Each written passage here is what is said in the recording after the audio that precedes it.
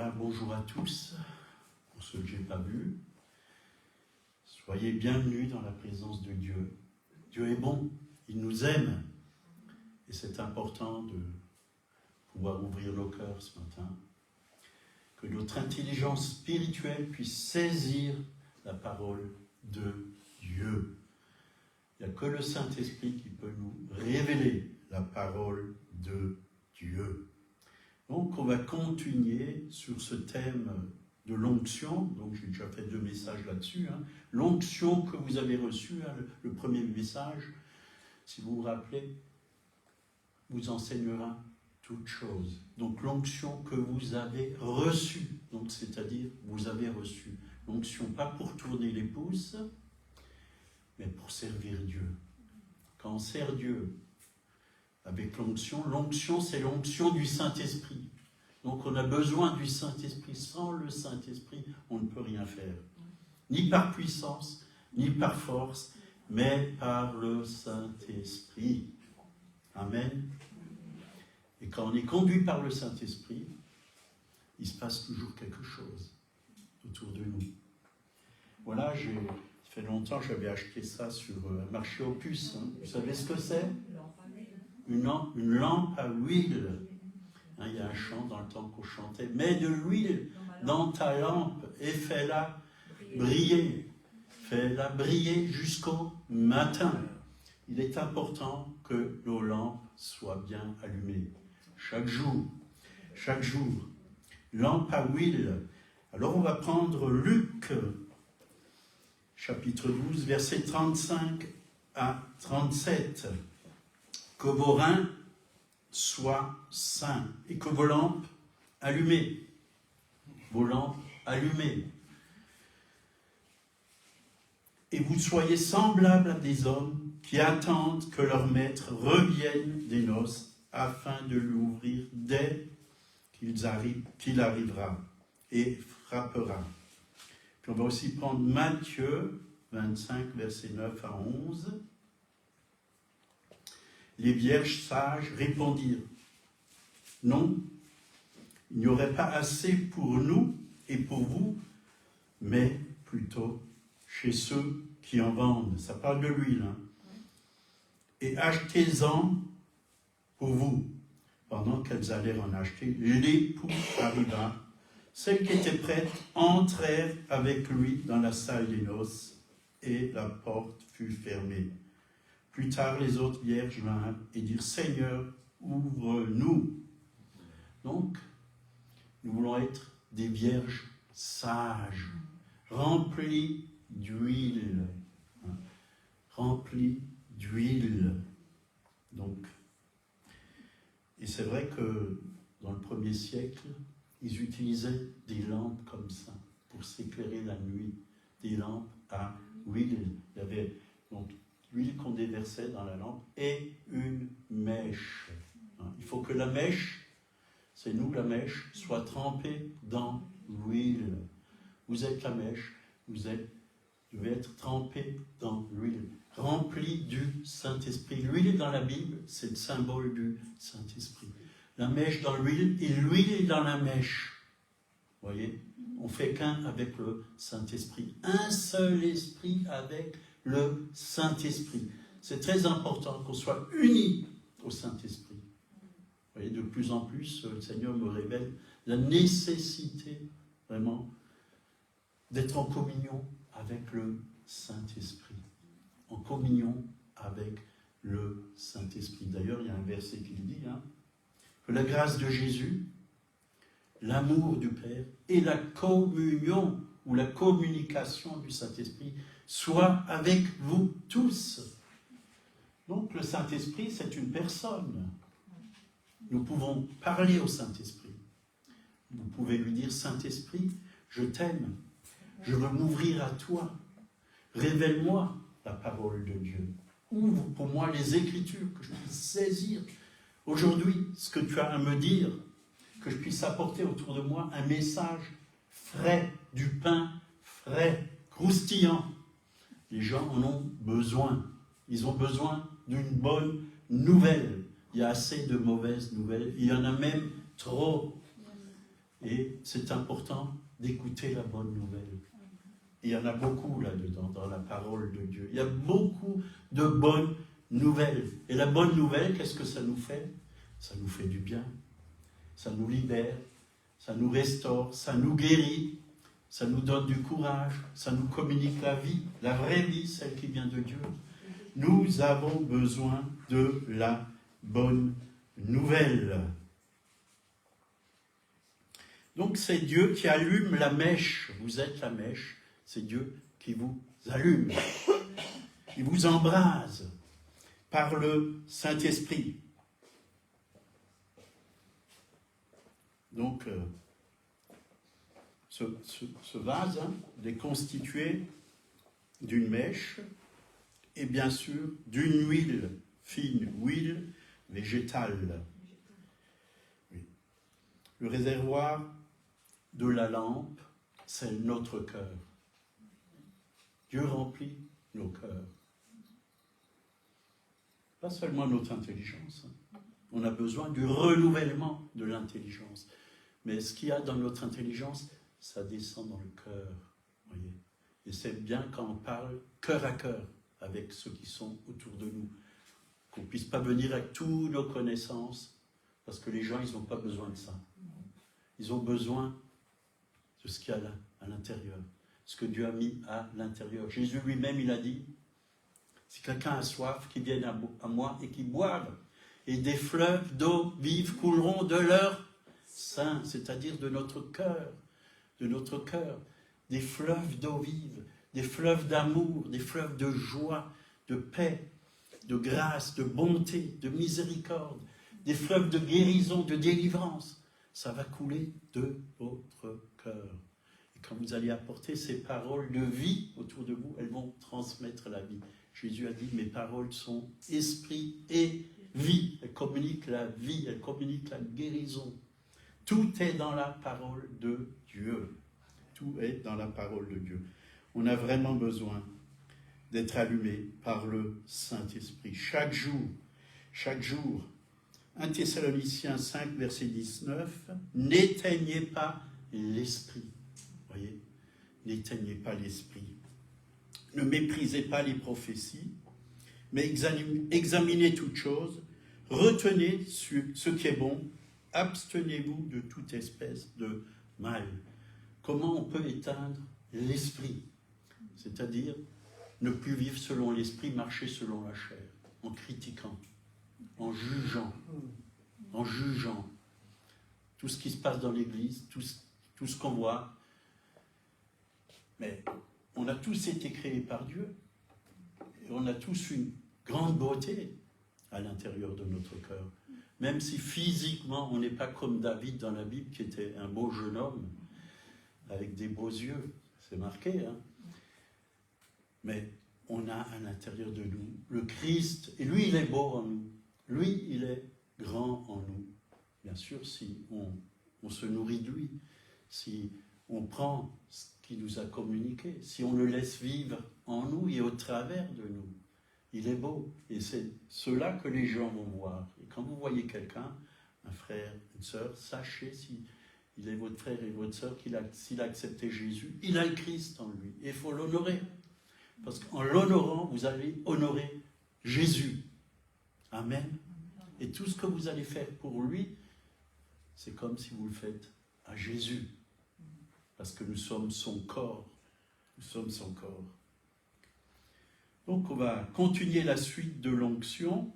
Et j'ai pris le psaume 133, versets 1 à 3. Voici, ô qu'il est agréable, qu'il est doux pour des frères, on peut aussi dire sœurs, de demeurer ensemble. C'est comme l'huile précieuse. Vous voyez, le Saint-Esprit, c'est l'huile précieuse. C'est précieux, le Saint-Esprit. Même pour faire la cuisine. Hein. C'est précieux, l'huile. Hein, vous voulez faire une salade. Hein, si vous avez un bon huile d'olive, c'est très bon. Avec un peu de vinaigre et un peu de sel. Sur une salade de tomates, maintenant c'est la saison, c'est très bon. Ça fait du bien. Mais l'huile précieuse, nous fait aussi du bien. Nous fait du bien. Elle fait du bien à l'Église, au corps de Christ. Et c'est ce que nous sommes. C'est comme l'huile précieuse, donc ça parle d'onction, qui est répandue sur la tête, descend sur la barbe. Ben ça c'est pour moi, hein, parce que j'ai une barbe. Mais c'est aussi pour vous, même si vous n'avez pas de barbe. Parce que là, ça parle d'Aaron. Sur la barbe d'Aaron, qui descend sur le bord de ses vêtements. C'est comme la rosée de l'Hermon. Donc là, ça nous parle, la rosée, de temps de rafraîchissement. Vous voyez, surtout qu'il fait bien chaud ces derniers temps. Moi, j'aime bien le matin, comme ça, vous sortez, vous vous levez tôt, vous sortez, un peu de rosée, ça fait du bien. Ça fait du bien. Temps de rafraîchissement, c'est ce que Dieu veut pour l'Église, un rafraîchissement spirituel. Que nous puissions vraiment être frais, comme quand vous avez pris une douche.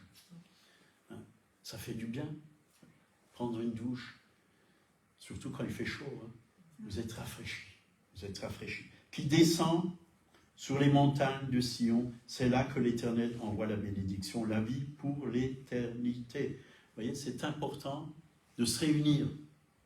C'est ça. Quand on se réunit entre frères et sœurs, c'est là que Dieu envoie la bénédiction. Je ne dis pas que quand on est seul, Dieu ne l'envoie pas, mais c'est plus fort quand on est ensemble. 1 en bas 1000, 2, 10 000. On est plus fort ensemble. Beaucoup plus fort ensemble. Et qu'est-ce qui libère l'onction? C'est la foi. La foi libère l'onction. Ce n'est pas en chauffant des chaises que vous allez libérer l'onction. C'est en mettant en pratique la parole de Dieu. Hein, Marie-Jo, ce matin, elle disait, Seigneur, je ne veux pas être simplement là pour chauffer une chaise, mais je veux être là pour être actrice. Nous sommes des acteurs dans l'œuvre de Dieu. C'est facile de regarder des films. Assis sur une chaise, vous regardez la télé, vous regardez un film. Mais ceux qui sont acteurs, ils se sont donnés pour que le film existe. Soyons des acteurs dans l'œuvre de Dieu. Que les gens puissent voir, au travers de nous, les œuvres de Dieu. Qu'ils soient eux, ceux qui ne le connaissent pas, que ce soit eux, les acteurs, les spectateurs plutôt, et que nous, on soit les acteurs. Alors ils vont voir Christ. Ils vont voir Christ. Donc la foi libère l'onction. Et je pense à cette femme malade depuis l'âge de 12 ans, Marc 5, verset 28. Car elle disait, donc elle parlait elle proclamait, si je puis seulement toucher ses vêtements, je serai guéri. Si je puis toucher seulement ses vêtements, je serai guéri. Au même instant, la perte de sang s'arrêta. Elle sentit dans son corps qu'elle était guérie de son mal.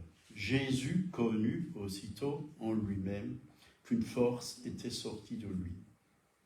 Donc cette force, c'est l'onction qui était en Jésus-Christ, qui est sortie de lui pour la toucher, pour la libérer, pour la guérir. Alors, il y avait, c'est sûr, beaucoup d'obstacles, si vous lisez tout le chapitre de cette femme qui a été guérie. Même les disciples, ils ont essayé de l'arrêter. Mais elle s'est frayée un chemin jusqu'à Jésus. Est-ce que nous nous frayons un chemin ou alors toutes nos pensées nous bloquent? Allons vers le Seigneur. Ne vous laissez pas bloquer par les pensées humaines. Même souvent des pensées que les médecins mettent sur vous. Je ne suis pas contre les médecins, mais parfois les médecins ils mettent des pensées. Ah, cette maladie mène à la mort, tu ne guériras pas avec ça. Tu as encore 3 mois à vivre. Non, non. Dieu est le Dieu de la résurrection. Lazare, déjà 4 jours, il sentait, mais Jésus l'a ressuscité. Voyez, Dieu est plus grand que la médecine. On peut se confier en lui. Donc cette force, c'est l'onction pour la guérison. Et Jésus lui a dit, ma fille, ta foi t'a sauvée. Ta foi. Voyez, c'est parce qu'elle avait la foi en Jésus. Elle savait que Jésus, il allait venir, qu'il allait passer, et elle voulait son miracle, et elle a reçu son miracle parce qu'elle avait la foi. Elle savait que quelque chose allait se passer dans sa vie, qu'elle allait être guérie. Va en paix, sois guéri de ton mal. Mais aussi, on voit souvent, si vous lisez les Actes des Apôtres, les disciples ont libéré leur foi par la prière. Acte 4, versets 29 à 31. Alors qu'ils étaient persécutés par les autorités de la ville où ils étaient. Et maintenant, Seigneur, vois leurs menaces. Ils ont été menacés. Et donne à tes serviteurs d'annoncer ta parole avec une pleine assurance, en étendant ta main pour qu'il se fasse des guérisons, des miracles et des prodiges, par le nom de ton saint serviteur Jésus. Quand ils eurent prié, le lieu où ils étaient assemblés trembla, furent tous remplis du Saint-Esprit, et ils annonçaient la parole de Dieu avec assurance. Ils ont cru tout simplement que Dieu avait entendu leurs prières. Et ils ont annoncé la parole de Dieu avec assurance. Ils savaient que Dieu allait confirmer la parole par des signes, des prodiges et des miracles. Et c'est passé. Ces choses se sont passées. Des gens ont été libérés, guéris, sauvés. Et nous ne devons pas avoir peur. Nous ne devons pas avoir peur. Quand nous prions, nous devons croire que Dieu nous donne ce que nous lui demandons par la foi. Vous voyez, ils étaient visités pendant qu'ils priaient. Et le lieu où ils étaient trembla.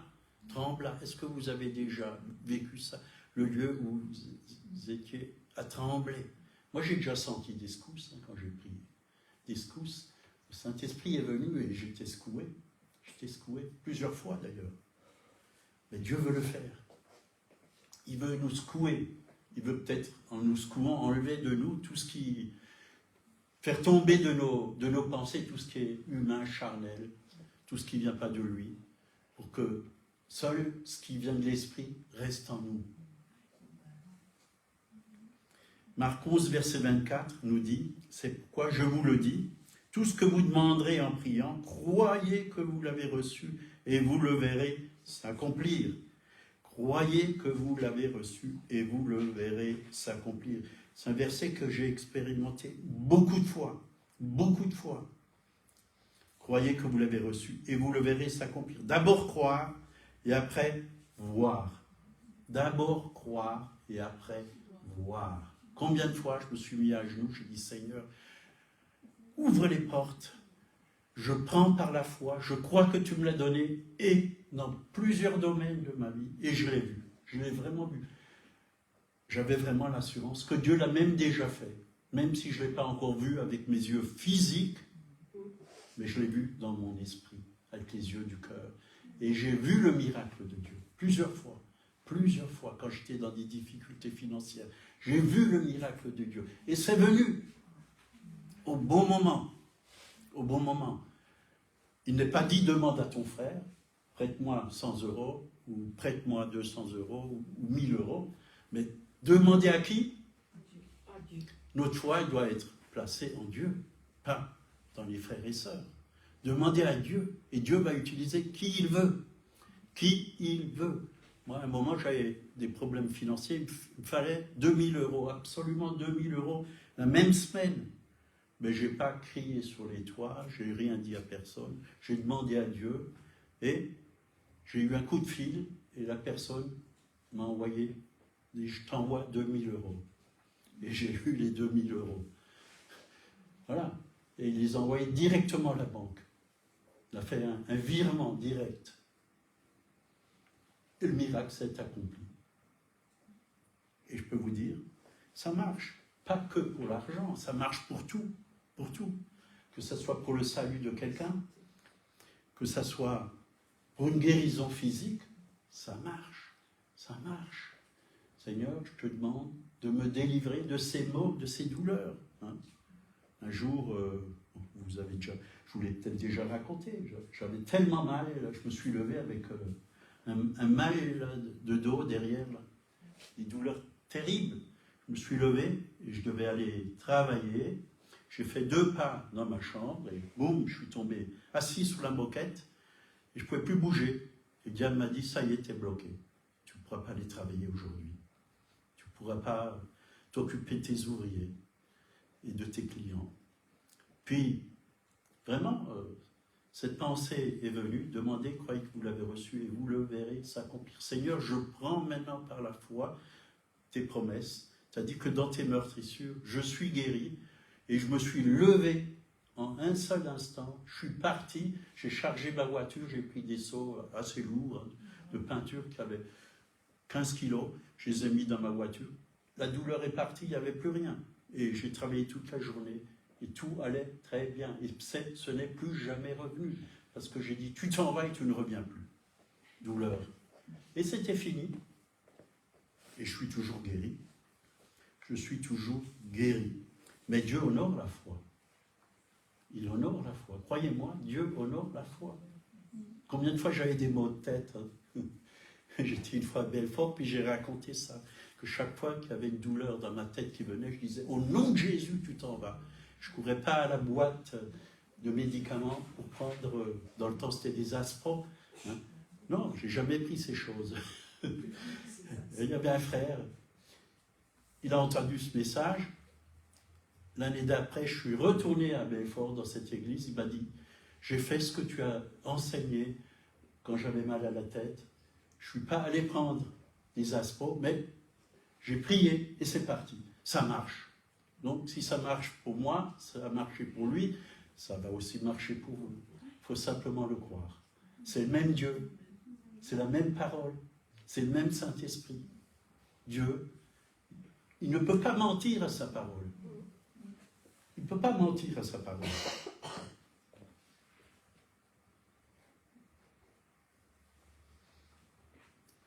Donc, nous devons arrêter avec nos excuses. Je n'y arriverai pas. Combien de fois je suis venu ici le mercredi soir pour prier, après une journée de travail, quand vous occupez de 6, 7, 8 ouvriers, après une journée de travail, ici fatigué, mais je savais que quand je ressortirais de la réunion de prière, je serais léger comme une plume. Et c'est ce qui s'est passé à chaque fois. Dieu m'a renouvelé. Je n'ai pas écouté, ah, tu es fatigué, tu devrais rester à la maison, tu devrais te coucher. Non. Dieu m'a renouvelé, j'étais encore plus en forme que quand je suis arrivé, quand je suis reparti. Ça marche. Et nous, on a tellement d'excuses. Mais les excuses, c'est fait pour les utiliser. Hein. Malin, il va nous en donner énormément. Énormément. Et vous pouvez vous en servir. Vous pouvez vous en servir. Mais devant Dieu, il n'y a pas d'excuses. Il n'y a pas d'excuses. Parce que Dieu est le Dieu qui nous renouvelle. Dieu est le Dieu qui nous fortifie. Bien sûr, il faut de la sagesse. Parfois, il faut aussi dormir. Je ne dis pas qu'il ne faut plus dormir. Hein, parce que le corps, si vous avez travaillé... Mais après, j'ai réalisé que je n'avais plus besoin de dormir autant qu'avant. Hein. Et je n'avais plus besoin de beaucoup dormir. Si je dormais 6 heures, j'étais en pleine forme. Hein.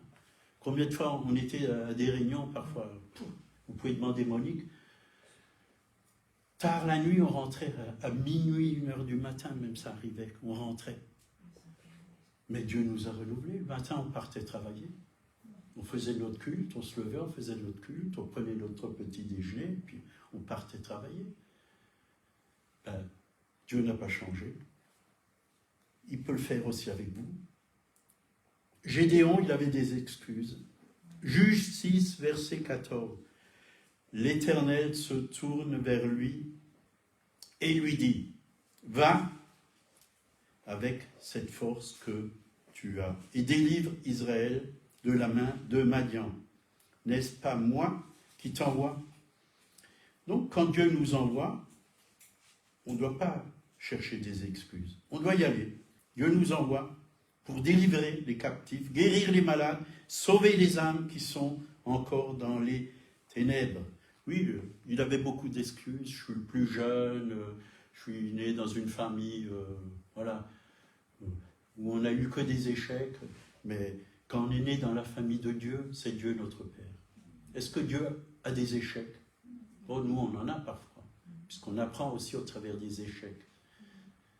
Mais Dieu est notre Père. On est né dans la plus belle famille du monde. Vous vous rendez compte? Dieu est votre Père. Dieu est mon Père. J'ai le meilleur des pères.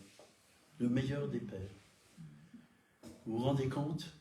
Quand vous réalisez ce Père tellement bon, tellement grand, tellement puissant que vous avez. Il est là pour nous protéger, pour nous garder, pour nous encourager, pour nous bénir, pour nous guérir, pour nous libérer, pour pourvoir à tous nos besoins. Il est là, et il est chaque jour là. Et il nous attend. Il a les bras ouverts. Venons, on l'a chanté ce matin. Venez dans ses bras d'amour. Venez dans ses bras d'amour. Quand vous allez vous coucher la nuit, Seigneur, je me mets dans tes bras d'amour, contre ton cœur. Tu me serres, oui. Tu me serres dans tes bras, je suis contre ton cœur. Et là, je suis bien. Je suis protégé, je suis gardé. Malin ne peut pas me toucher. Là, il y en a qui vont au lit avec toutes sortes de pensées, d'inquiétudes, puis après, ils font des cauchemars. Ils font des cauchemars. Ben Dieu, il veut nous garder même la nuit.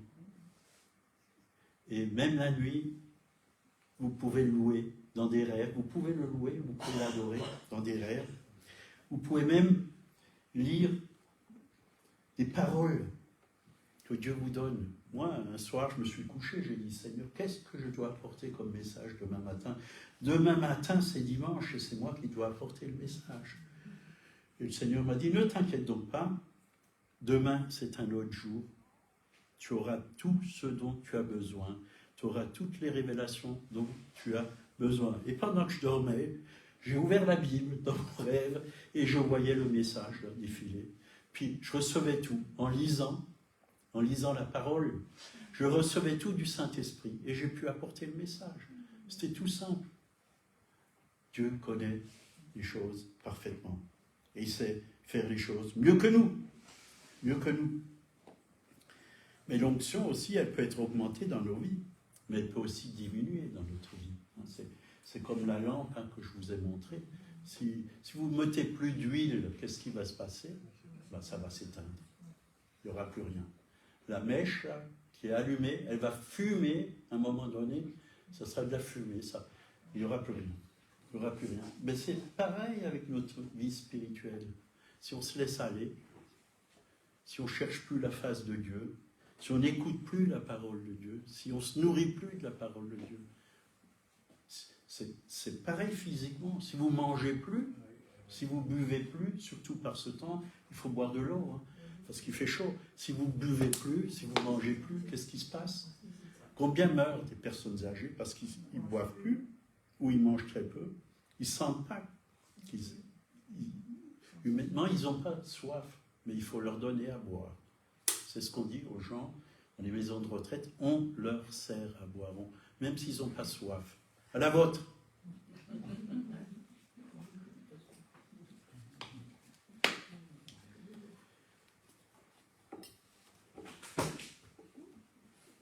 Donc l'onction peut augmenter, mais elle peut aussi diminuer. Et je pense, plus on obéit au Seigneur, plus on va être rempli du Saint-Esprit, plus cette onction va être en nous.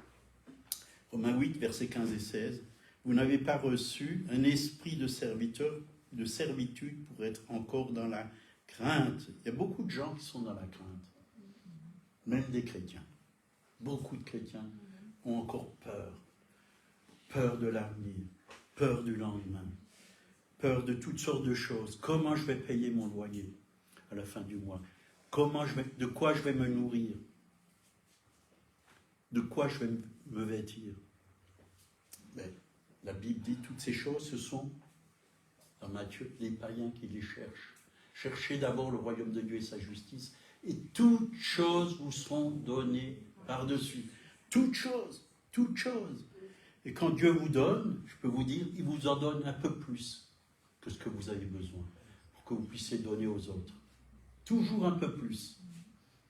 Votre coupe qui déborde, ce que vous allez donner aux autres, c'est le plus que Dieu vous a donné, parce que les autres ont besoin. Ce n'est pas que pour vous égoïstement. C'est pour qu'on pense aux autres. Pour qu'on invite quelqu'un à manger, par exemple. On lui fait un bon repas. Ça, c'est ma femme qui s'en occupe.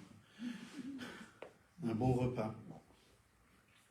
Pourquoi nous devons être encore dans la crainte? Ce n'est pas un esprit de servitude pour être encore dans la crainte. Mais vous avez reçu, vous avez reçu un esprit d'adoption par lequel nous crions Abba, qui veut dire papa. Dieu est notre Père. Et le Père, il s'occupe de ses enfants. L'Esprit lui-même rend témoignage à votre esprit que nous sommes enfants de Dieu. On est enfants de Dieu. Par la nouvelle naissance, on devient enfant de Dieu. Nous lui appartenons, nous recevons son esprit et l'esprit vraiment témoigne en nous qu'on appartient au Seigneur, qu'on n'a pas besoin d'avoir peur. Qu'on a un Père aussi grand, aussi bon que le Père de notre Seigneur Jésus-Christ, le Père éternel, on n'a pas à avoir peur.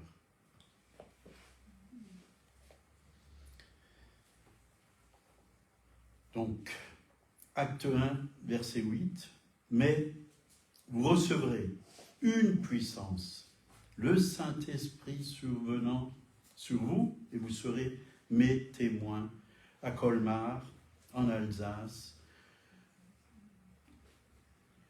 plus loin, d'autres régions de France et d'autres pays, jusqu'aux extrémités de la terre. Jusqu'aux extrémités de la terre. Est-ce que vous croyez que Dieu va vous envoyer? À un moment donné, quand vous êtes prêts, il va vous envoyer. Vous savez, je suis allé en Algérie, je ne m'attendais pas du tout à aller en Algérie. Hein. D'ailleurs, ce n'est pas un pays qui m'attirait.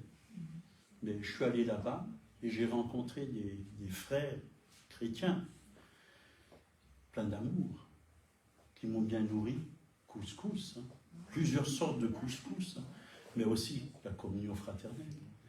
Ça, c'était encore plus beau. Et louer Dieu avec eux, pouvoir enseigner ces personnes et apprendre aussi d'eux, parce que c'est toujours important de recevoir les autres. Pas que, on n'est pas là que pour donner, on a besoin de recevoir. Et c'était beau, c'était vraiment beau, et je ne le regrette pas. Je ne le regrette pas. Vous recevrez une puissance, le Saint-Esprit, survenant sur vous, et vous serez mes témoins, jusqu'aux extrémités de la terre. On était au Niger, hein, avec Monique, parmi les peuls, ceux qui ont plusieurs anneaux dans l'oreille, là, plein d'anneaux, et les Touaregs. J'ai dormi avec eux dans le désert. Et Dieu me disait, tu vas te faire piquer par un serpent, un scorpion, méfie-toi. Je me suis mis sous le sang de Jésus, j'ai bien dormi, croyez-moi. Monique, elle est allée se coucher ailleurs, dans une chambre, de la mission. C'était bien, c'était bien. Je suis allé même, enfin on était tous les deux dans un harem. Hein. Il n'y avait que des femmes. Un harem, le chef c'est un Libyen. Il faisait des enfants pour l'islam. Une femme qui était, il avait plusieurs femmes. Moi j'avais le droit de rentrer et de manger avec eux, de rester plusieurs heures là-bas, parce que j'avais la foi. Il m'a laissé rentrer avec eux. Puis nous, on a témoigné à ces femmes. C'était beau. C'était beau.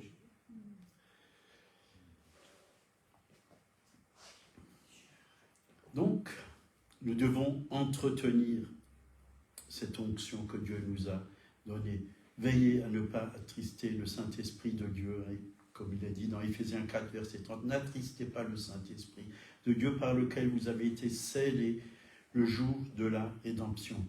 Donc, qu'est-ce qui attriste le Saint-Esprit? Le péché. Le péché. Ça bloque.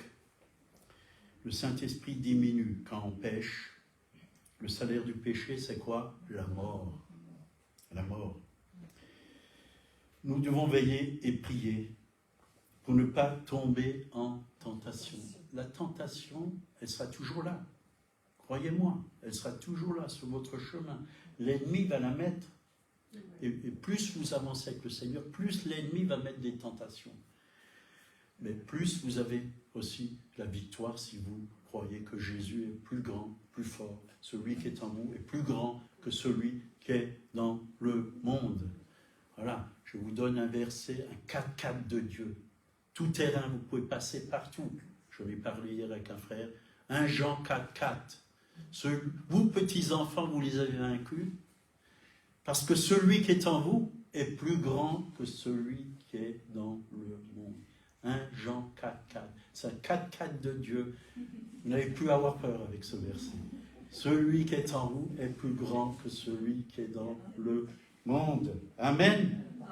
Amen. Amen. Acte 6, versets 3 à 6. C'est pourquoi, frères, choisissez parmi vous 7 hommes de qui le rendent un bon témoignage, qui soit plein d'Esprit Saint et de sagesse. Vous voyez, on ne choisit pas n'importe qui. Le Saint-Esprit leur demande vraiment de choisir des hommes pleins de foi, d'Esprit Saint et de sagesse. C'était les diacres pour servir Dieu. Et que nous chargerons de cet emploi. Et nous continuerons à nous appliquer à la prière et au ministère de la parole. Cette proposition plut à toute l'assemblée. Ils élurent Étienne, homme plein de foi et d'Esprit Saint, Philippe, Prochor, Nicanor, Timon, Parménas et Nicolas, prosélyte d'Antioche. Ils les présentèrent aux apôtres qui, après avoir prié, leur imposèrent les mains. Donc, ils leur ont imposé les mains, ils les ont oints. Donc, ces 7 diacres ont été choisis. Mais parmi les 7, il y a Étienne et Philippe qui sont sortis de ce ministère de diacres, qui sont allés plus loin. D'ailleurs, comme vous voyez Étienne, il a prêché, puis il s'est fait persécuter. On lui a lancé des pierres, on l'a tué. Philippe, quand il est parti, il a écouté l'Esprit de Dieu. Il est allé vers l'eunuque, c'est ça, sur un char. Il a expliqué la parole de Dieu. Et il s'est fait baptiser, l'eunuque s'est fait baptiser. Et Philippe a été transporté par l'Esprit, de ville en ville, où il a prêché l'évangile. Il y a eu des miracles, des délivrances, des guérisons, même les paralytiques sortaient de leur... c'était pas des fauteuils roulants, mais c'était des civières, brancards. C'est pourquoi on en parle, de Philippe et d'Étienne. Ils étaient pleins de foi et d'Esprit Saint. Et c'est bien de commencer par être obéissant dans les petites choses. Si Dieu vous dit de nettoyer la salle, de faire le ménage, obéissez dans les petites choses. Si vous n'êtes pas fidèle, si vous n'obéissez pas dans les petites choses, vous n'obéissez. Dieu ne vous conférera pas de plus grandes choses. C'est important d'être fidèle dans les petites choses. Et Dieu va nous donner toujours des choses plus grandes. Plus grandes. Quand j'étais à Chalon-sur-Saône, à la porte ouverte, on avait des tâches à faire. Chacun avait une tâche. Nettoyer les toilettes, par exemple. Faire de la peinture. Repeindre des pièces. Changer les tuiles du toit. Et il fallait être fidèle dans les petites choses. Et de temps en temps, on allait dans la rue pour témoigner, annoncer l'évangile, ou on allait dans une ville et les églises, on rassemblait toutes les églises de la ville, bien sûr, ceux qui voulaient. On louait une grande salle, et souvent c'était la salle des fêtes, et on invitait les gens de dehors, et on faisait de l'évangélisation. Et beaucoup d'âmes ont été sauvées, quoi. Beaucoup d'âmes donnaient leur cœur à Jésus, au travers de cela. Être fidèle dans les petites choses. Il y en a qui veulent tout de suite faire de grandes choses, mais ils négligent les petites choses. Ne pas négliger à être fidèle déjà chez vous à la maison. Rentre dans ta chambre, prie ton Père, ferme la porte, prie ton Père qui est dans le secret. Nourris-toi de la parole de Dieu. Reçois de Dieu la parole, la révélation dont tu as besoin. Fortifie-toi dans le Seigneur. Ça, c'est des choses qu'il ne faut pas négliger. Chaque matin, chaque jour. C'est le matin qu'on a besoin de force pour la journée. C'est le matin qu'il faut se nourrir. Pas seulement dire, ben ça je ferai ce soir quand j'irai au lit. Juste avant d'aller au lit, je vais lire un verset, hop, je vais faire la Bible et c'est bon. Non, c'est pas comme ça. C'est le matin. Parce que dans la journée, il y a des choses à affronter. Il y a des problèmes à affronter, des difficultés à affronter. Il nous faut la sagesse. Et Dieu nous donne, le Saint-Esprit nous donne la sagesse. Il nous faut l'intelligence pour régler certains problèmes. Tout ne se passe pas comme des roulettes. Hein. Avec Dieu, il y aura beaucoup d'embûches, il y aura peut-être même de la persécution. Ils ont persécuté Jésus, ben, on sera aussi persécuté. On dira du mal de vous à cause de mon nom. On dit parfois du mal de nous aussi, on se moque de nous parce qu'on croit en Jésus, parce qu'on est chrétien. Un jour, je suis tombé en panne avec ma voiture. J'étais tout jeune converti. Alors j'ai dit à mon frère, je suis en panne, là, ma voiture ne fonctionne plus. Puis il vient, il me fout une paire de baffes. Bam, bam. Il est où ton Dieu? Il me fait, on n'était pas converti. Ben, mon Dieu, il est dans mon cœur, malgré la panne. Et ça se répare, les pannes. Il y a des garagistes pour ça. Donc, c'est pas pour ça qu'il faut s'énerver, quoi. Mais j'ai rien dit, je l'ai laissé faire, quoi. Mais sa femme l'a engueulé. Vous voyez, parfois on est persécuté dans notre propre famille. Mais aujourd'hui, mon frère, il ne me persécute plus parce qu'il sait que j'ai un Dieu vivant. Parce qu'il a vu ma vie transformée, quoi. Il le sait. Et il me respecte. Et il m'invite de temps à autre. Et nous l'invitons aussi. Voilà. Acte 8, versets 37 à 40. Ça nous parle de l'eunuque. L'eunuque répondit, je crois que Jésus... L'eunuque répondit donc, je crois que Jésus est le Fils de Dieu. Fit arrêter le char, Philippe et l'eunuque descendirent tous deux dans l'eau, et Philippe baptisa l'eunuque. Quand ils furent sortis de l'eau, l'Esprit du Seigneur enleva Philippe, et l'eunuque ne le vit plus. Tandis que joyeux, il poursuivait sa route. Philippe se trouva dans Azote, où il alla jusqu'à Césarée, en évangélisant toutes les villes par lesquelles il passait. Voilà. Laissons-nous conduire par le Saint-Esprit. On ne sait pas où le Saint-Esprit va nous emmener. Quand on est rempli du Saint-Esprit, on ne sait pas. On ne sait pas. Moi, souvent, dans la journée, je dis, Seigneur, que veux-tu que je fasse en ce jour? Puis parfois, à 8 heures du matin, je reçois un coup de fil. Et ça me prend 10 minutes, 3/4 d'heure parfois, ou 1 heure. Quelqu'un qui a un problème, quelqu'un qui a besoin de délivrance, de guérison, quelqu'un qui veut être baptisé du Saint-Esprit, ou plein de choses comme ça, quoi. Je ne sais pas ce qui va m'arriver d'avance, mais je peux vous dire une chose, ce que Dieu fait, c'est toujours bien, toujours bon, parce que quand on lui fait confiance, il fait des merveilles, il fait des merveilles. Et même des gens, rien que quelques paroles, ils disent, ah ben, rien que ces paroles ou une prière, ça m'a fait tellement de bien. Ça m'a fait tellement de bien. Partout où Philippe passait, il se passait quelque chose. On va s'arrêter là. On va continuer la prochaine fois. Il y a encore plusieurs pages, je vois. Vous savez, quand je suis pris, j'écris. Quand le Saint-Esprit m'inspire, j'arrête pas d'écrire. Alors, parfois, c'est 4, 5, 6, 7, 10 pages, 15 pages. Là, c'est une quinzaine de pages. Je n'ai pas tout pu faire d'un coup. Mais on va continuer la prochaine fois. On va prier. On va se lever, pour ceux qui veulent.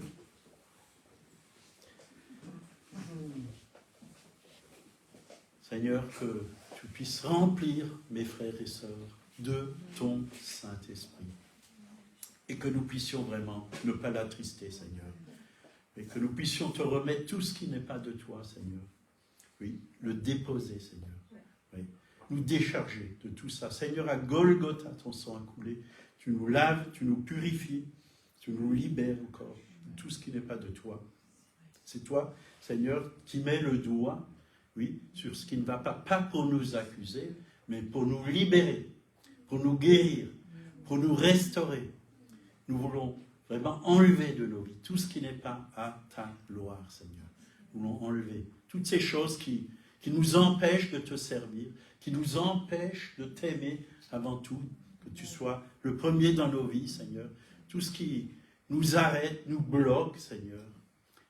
Et tu nous remplis pour que nous soyons conduits par le Saint-Esprit, conduits par la parole de Dieu. Merci Seigneur. Tu as dit, n'éteignez pas le Saint-Esprit de Dieu. N'attristez pas le Saint-Esprit de Dieu. Seigneur, que nous puissions être, oui, chaque jour dans ta présence, que nous puissions être dans la louange, dans l'adoration, Seigneur, en communion avec le Saint-Esprit aussi. Merci Seigneur. En communion avec nos frères et sœurs aussi. Merci Seigneur. Pas en dispute avec nos frères et sœurs, surtout pas. Évite-nous de ces choses, Seigneur, parce que ça c'est le fruit de la chair. Merci Seigneur, parce que tu nous acceptes tels que nous sommes, mais tu ne nous laisses pas tels que nous sommes. Tu nous transformes de gloire en gloire à ton image et à ta ressemblance. Merci Seigneur, que ton nom soit loué. Au nom de Jésus, Amen. Amen. Soyez bénis. Bonne journée dans sa présence.